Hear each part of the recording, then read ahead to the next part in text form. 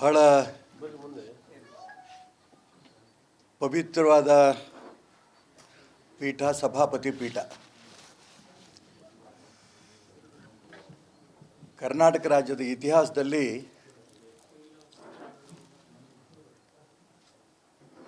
ಸಭಾಪತಿ ಪೀಠಕ್ಕೆ ಈ ರೀತಿ ಅಗೌರವ ಆಗಿರೋದು ತುಂಬ ದುಃಖದ ಸಂಗತಿ.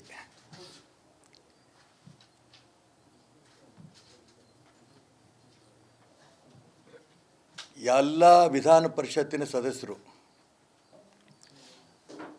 ಅವ್ರ ರಕ್ಷಣೆ ಕೊಡಬೇಕಾದಂಥ ಕರ್ತವ್ಯ ಸಭಾಪತಿ ಪೀಠದ್ದು.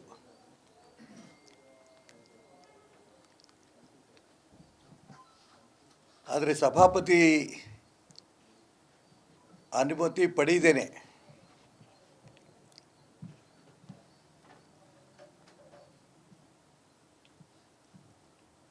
ಮಾನ್ಯ ನಮ್ಮ ನಾಯಕರಾದ ವಿಧಾನ ಪರಿಷತ್ ಸದಸ್ಯರಾದ CT ರವಿಯವರಿಗೆ FIR ಹಾಕಿ ಬಂಧನ ಮಾಡಿ 5 ಜಿಲ್ಲೆಗಳಲ್ಲಿ ರಾತ್ರೆಲ್ಲ ಸುತ್ತಿಸಿ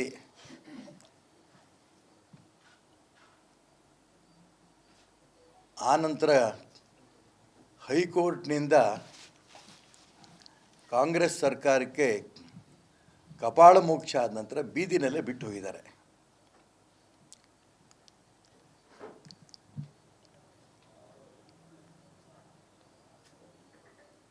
ನಾನು ಇದನ್ನು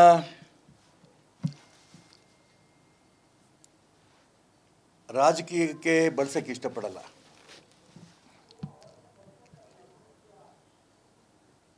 ಮಾನ್ಯ ಪ್ರಹ್ಲಾದ್ ಜೋಶಿ ಅವರು ಹೇಳಿದ್ದಾರೆ,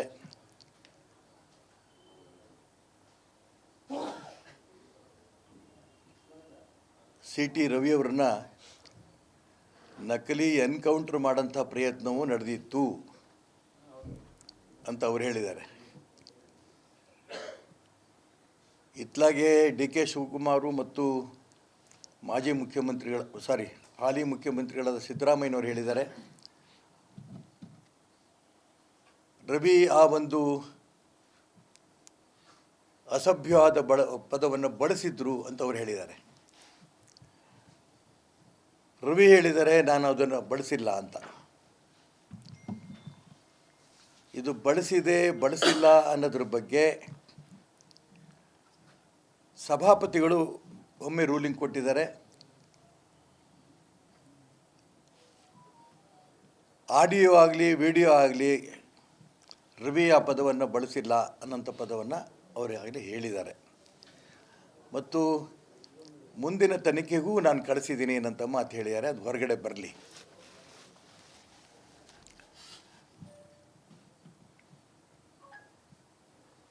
ಈ ಸಭಾಪತಿ ಪೀಠಕ್ಕಾಗಿರೋಂಥ ಅಪಮಾನಕ್ಕೆ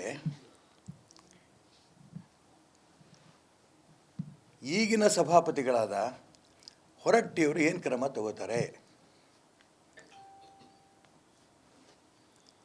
ಇದು ವೈಯಕ್ತಿಕವಾಗಿ ಹೊರಟ್ಟಿಯವರ ಪ್ರಶ್ನೆ ಅಲ್ಲ.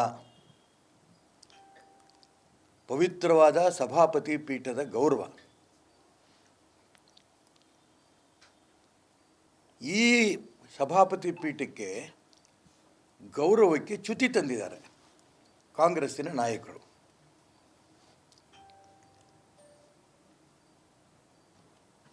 ಸುಮ್ಮನೆ ಇರಬೇಕಾದರೆ ಇವತ್ತು ವಿಧಾನಸೌಧದಲ್ಲೇ ಒಬ್ಬ ವಿಧಾನ ಪರಿಷತ್ತಿನ ಸದಸ್ಯನ ಮೇಲೆ ಹಲ್ಲೆ ಆಗಿದೆ ಅನ್ನೋಂಥ ಮಾತನ್ನು ರವಿಯವರು ತಿಳಿಸಿದ್ದಾರೆ. ಹಾಗಾದರೆ ಸಭಾಪತಿಯವರ ಹೊರಟ್ಟಿಯವರ ಜವಾಬ್ದಾರಿ ಇದರಲ್ಲೇನು? ಅಕಸ್ಮಾತ್ ಅಲ್ಲೇ ರವಿಯವರ ಕೊಲೆ ಆಗಿದ್ದರೆ ಏನು ಮಾಡಬೇಕಿತ್ತು?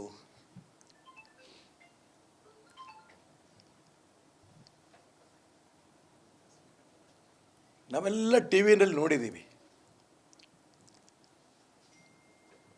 ಹೆಂಗೆ ಐರನ್ ರಾಡ್ಗಳಿರೋಂಥ ಗೇಟನ್ನು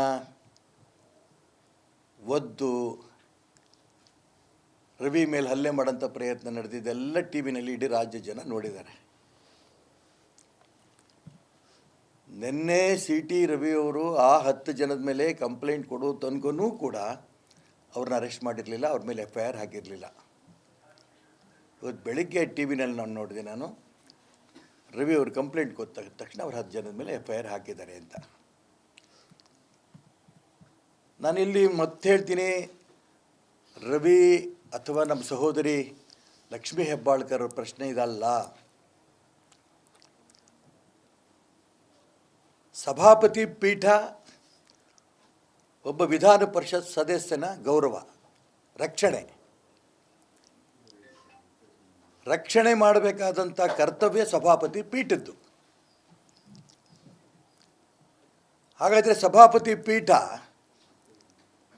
ವಿಧಾನ ಪರಿಷತ್ ಸದಸ್ಯನ ರಕ್ಷಣೆ ಮಾಡೋದ್ರಲ್ಲಿ ವಿಫಲವಾಯ್ತಾ ಅಂತ ಅನುಮಾನ ಇವತ್ತು ಇಡೀ ರಾಜ್ಯದ ಜನರ ಪ್ರಶ್ನೆ.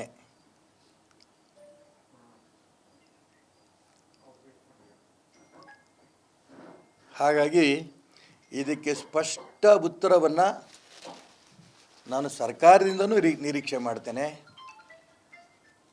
ಸಭಾಪತಿಯ ಪವಿತ್ರವಾದ ಸಭಾಪತಿ ಪೀಠದಲ್ಲಿ ಕುಳಿತಿರೋಂಥ ಮಾನ್ಯ ಹೊರಟ್ಟಿಯವರಿಗೂ ನಾನು ಪ್ರಾರ್ಥನೆ ಮಾಡ್ತೇನೆ, ಈ ಸಭಾಪತಿ ಪೀಠದ ಗೌರವ ಹಾಳಾಯಿತೋ ಇಲ್ವೋ, ಶಾಸಕರನ್ನ ರಕ್ಷಣೆ ಮಾಡೋದ್ರಲ್ಲಿ ನೀವು ವಿಫಲರಾಗಿದ್ದೀರೋ ಇಲ್ವೋ, ಇದನ್ನು ರಾಜ್ಯದ ಜನರಿಗೆ ಸ್ಪಷ್ಟನೆ ಕೊಡಬೇಕು. ಇದಿಷ್ಟು ಅಲ್ಲದೆ, ಯಾಕೆಂದರೆ ರಾಜ್ಯದಲ್ಲಿ ಕಾನೂನಿನ ಬಗ್ಗೆ, ಸಂವಿಧಾನದ ಬಗ್ಗೆ, ನೀತಿ ನಿಯಮಗಳ ಬಗ್ಗೆ ತುಂಬ ಜನ ತಜ್ಞರಿದ್ದಾರೆ. ನಾನೇನಷ್ಟು ದೊಡ್ಡ ತಜ್ಞ ಅಲ್ಲ. ನನ್ನ ವೈಯಕ್ತಿಕ ಅನುಭವದಿಂದ 35 ವರ್ಷ ವಿಧಾನಮಂಡಲದಲ್ಲಿ 5 ಬಾರಿ MLA ಆದಂಥ, ಒಮ್ಮೆ ವಿಧಾನ ಪರಿಷತ್ತಿನ ವಿರೋಧ ಪಕ್ಷದ ನಾಯಕನಾಗಿ ಕೆಲಸ ಮಾಡಿರೋಂಥ ಅನುಭವದ ಮೇಲೆ ನನ್ನ ಇರೋಂಥ ಪ್ರಶ್ನೆ ನಾನು ಕಾನೂನು ತಜ್ಞರ ಮುಂದೆ, ಸರ್ಕಾರದ ಮುಂದೆ, ಸಭಾಪತಿಯ ಪೀಠದಲ್ಲಿ ಕೂತಿರೋಂಥ ವ್ಯಕ್ತಿಯ ಮುಂದೆ ಇಡ್ತಾ ಇದ್ದೀನಿ.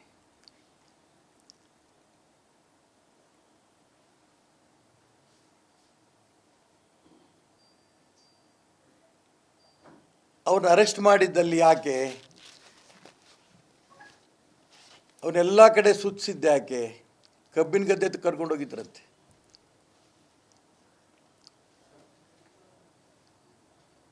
ಎಲ್ಲಿ ಬೇಕೋ ಅಲ್ಲಿ ನಿಲ್ಲಿಸಿದ್ದಾರೆ. ರವಿ ಹೇಳ್ತಿದ್ರಂತೆ, ಯಾರ್ದೋ ಡೈರೆಕ್ಷನ್ ಬರ್ತಾ ಇತ್ತು ಫೋನಲ್ಲಿ, ಆ ಪ್ರಕಾರ ನಡ್ಕೊಂಡು ಹೋಗ್ತಾ ಇದ್ರು.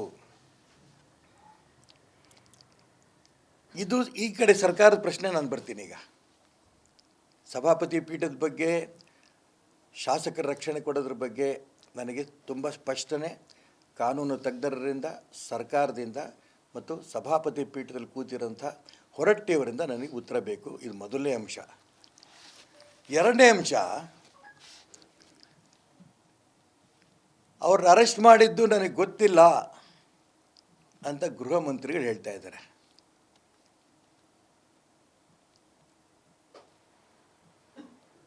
ಇದು ನನಗೆ ಗೊತ್ತಿಲ್ಲ ಅಂತ ಉಸ್ತುವಾರಿ ಸಚಿವರು ಹೇಳ್ತಾ ಇದ್ದಾರೆ, ಜಾರಕಿಹೊಳಿಯವರು.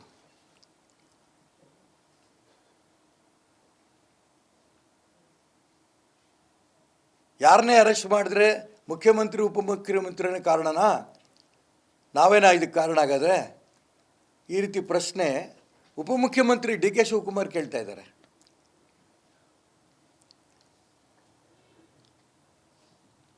ಹಾಗಾದರೆ ಆ ಪೊಲೀಸ್ನವ್ರಿಗೆ ಹೇಳಿದವ್ರು ಯಾರು?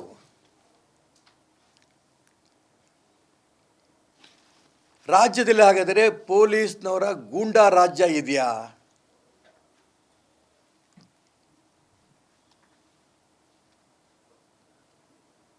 ಈಗ ಅನುಮಾನ ಬರುತ್ತೆ. ಈಗ ಪೊಲೀಸ್ ಗೂಂಡಾ ರಾಜ್ಯ ಕರ್ನಾಟಕ ರಾಜ್ಯದಲ್ಲಿ ಇದೆಯಾ ಅಂತ ನಾನು ಕೇಳಲ್ಲ, ಇದೆ, ನಾನು ಹೇಳ್ತಾ ಇದ್ದೀನಿ.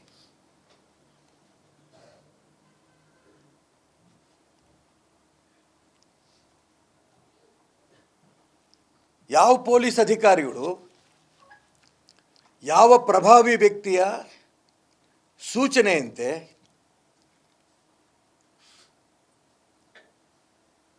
ನಮ್ಮ ನಾಯಕ, ಗೌರವಾನ್ವಿತ ನಾಯಕ ಸಿ ಟಿ ರವಿ ಅವರನ್ನ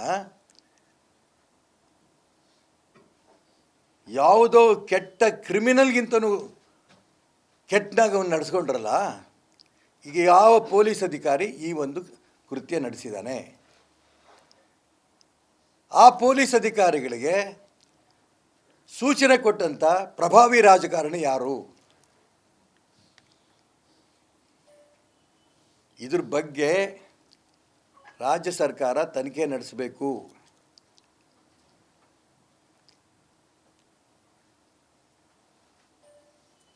ಅಷ್ಟು ಕಡೆ ಸುತ್ತಿಸ್ತಾರಲ್ಲ, 5 ಜಿಲ್ಲೆಗಳಲ್ಲಿ ಸುತ್ತಿಸ್ತಾರಲ್ಲ, ರಾತ್ರಿಯೆಲ್ಲ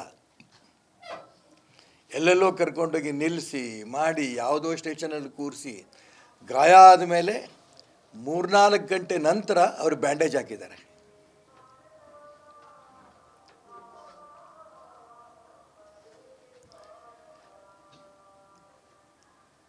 ಸರ್ಕಾರದ ವೈಫಲ್ಯ, ಪೊಲೀಸ್ ಇಲಾಖೆಯ ವೈಫಲ್ಯ, ಸಭಾಪತಿ ಪೀಠದ ವೈಫಲ್ಯ ಅಂತ ನಾನು ನಿಜಕ್ಕೂ ಹೇಳೋಕ್ಕೆ ಇಷ್ಟಪಡಲ್ಲ. ಯಾಕೆಂದರೆ ಆ ಪೀಠಕ್ಕೆ ನಾನು ಈಗಲೂ ಗೌರವ ಕೊಡ್ತೇನೆ. ಯಾರಿದಕ್ಕೆಲ್ಲ ಕಾರಣ? ಕರ್ನಾಟಕ ರಾಜ್ಯದ ಪ್ರಜಾಪ್ರಭುತ್ವ ಇವತ್ತು ಪ್ರಶ್ನಾರ್ಥಕವಾಗಿದೆ.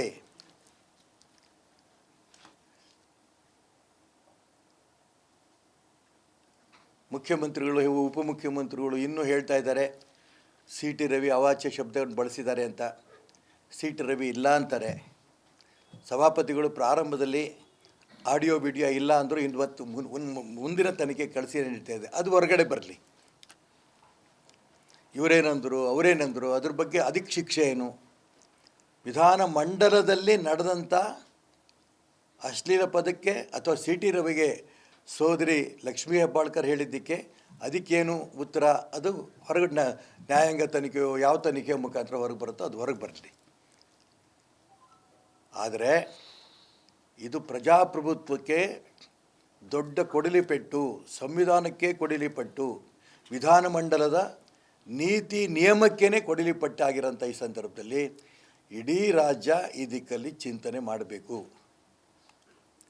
ಇದು ನನ್ನ ಕಳಕಳಿ.